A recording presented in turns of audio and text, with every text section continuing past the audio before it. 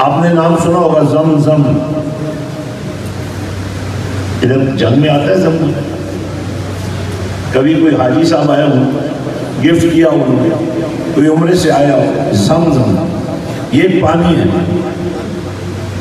اس پانی کی شان یہ ہے کہ جب اللہ کے حکم پر سیدنا ابراہیم علیہ السلام والا نبینا نے اپنے صاحبزادے سیدنا اسماعیل علیہ السلام والا نبینا اور ان کی امی جان سیدہ حاجرہ رضی اللہ تعالی عنہ کو یہاں کعبہ شریف میں چھوڑ دیا تو پانی نہیں تھا. تو آپ کی والدہ سیدہ حاجرہ پانی کی تلاش میں صفا پر گئی، پانی نہیں تھا. پھر مروہ پر پانی نہیں تھا. 7 چکر لگائے، پانی نہیں تھا. اب جب آپ واپس آئیں تو یہاں حضرت اسماعیل علیہ السلام اگر ایک چھوٹے بچے کی شکل میں تھے، مگر انہوں نے سوچا کہ میں صرف بچہ تو نہیں ہوں، میں تو نبی ہوں، تو کیوں نہ میں امی جان کو سرپرائز دے دوں. تو جب ماں بالکل قریب پہنچی تو انہوں نے اپنے پاؤں کی ایڑی کو ایسے ہلایا. زمین پر آپ کے پاؤں کی ایڑی کے ہلنے کی دیر تھی، زمین نے اپنا سینہ چاک کیا اور پانی نبوت کے قدموں میں ڈھیر کر دیا. اتنی دیر میں سیدہ حاجر بھی تشریف لے آئی. انہوں نے پانی کو آواز دے کر کہا زم رک جا. 2 بار کہا زم زم رک جا. تو اس کے نتیجے میں کیا ہوا؟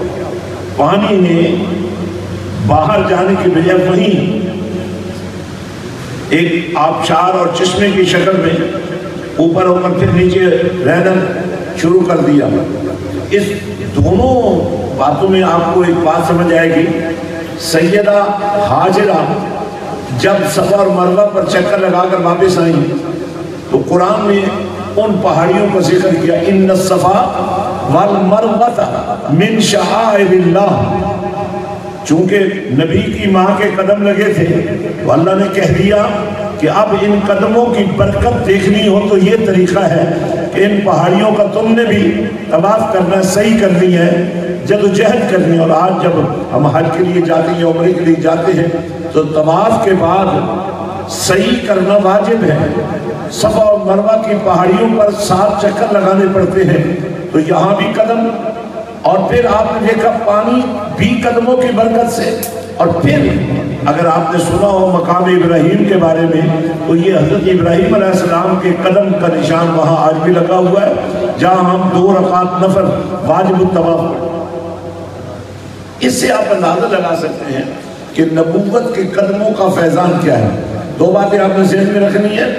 نبی رحمت نے ہمیں پریکٹیکل اسلام دیا کہ پیر کے دن چونکہ میری ولادت کا دن ہے، میں سیلیبریٹ کرتا ہوں، روزہ رکھتا ہوں. تو جو امتی میری محبت میں روزہ رکھ لے، فاقہ کر لے، تاکہ اسے کسی بھوکے کی بھوک کا بھی خیال رہے، کسی پیاسے کی پیاس کا بھی خیال رہے. اور دوسرا، نبی رحمت صلی اللہ علیہ وسلم کے قدموں کی برکت سے اللہ نے ساری زمین کو مسجد بھی بنا دیا اور پاک بھی کر دیا.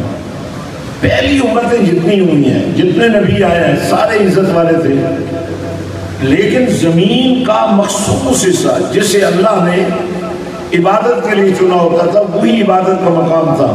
اب ماشاءاللہ آپ اسکول میں، کالج میں، یونیورسٹی میں، دفتر میں، دکان میں، کھلیان میں، میدان میں، جہاں چاہیں پڑھ سکتے ہیں. زمین پاک ہے، آپ پڑھنا چاہیں تو پڑھ سکتے ہیں. لیکن ہم نے دیکھا ہے کہ بہت بڑی تعداد مصلی ہونے کے باوجود، مسجد ہونے کے باوجود نماز نہیں پڑھ پاتے. اب اس کے پیچھے کیا راز ہے میں اس لیے تھوڑا سا عرض کروں گا، لیکن آئیے دیکھتے ہیں کہ حضور نبی رحمت صلی اللہ علیہ وسلم کے میلاد کے حوالے سے آج جب میں آپ کا یہ اجتماع دیکھ رہا ہوں تو مجھے مسجد نبوی شریف کا نقشہ نظر آ رہا ہے. اتنی کمزور سبحان اللہ سے آپ کا بھی کچھ نہیں بنے گا. زور لگا کے اللہ کا نام لینے میں کوئی حل نہیں ہے، اور اگر ہاتھ بھی کھڑا ہو جائے تو اور زیادہ لطف آئے. چلیے آگے بڑھتے ہیں. نبی رحمت صلی اللہ علیہ وسلم نے اپنی مسجد کے بھی فضائل بیان کیے، اپنے گھر کے بھی فضائل بیان کیے، اپنے ممبر کے بھی فضائل بیان کیے.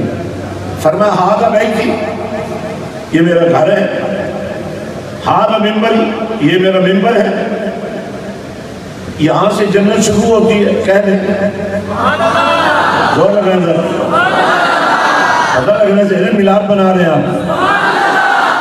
فرمایا یہ میرا گھر ہے، یہاں سے جنت شروع ہوتی ہے، وہ میرا ممبر ہے، وہاں تک جنت ہی جنت ہے، اور درمیان میں جو کچھ ہے وہ بھی جنت ہی جنت ہے.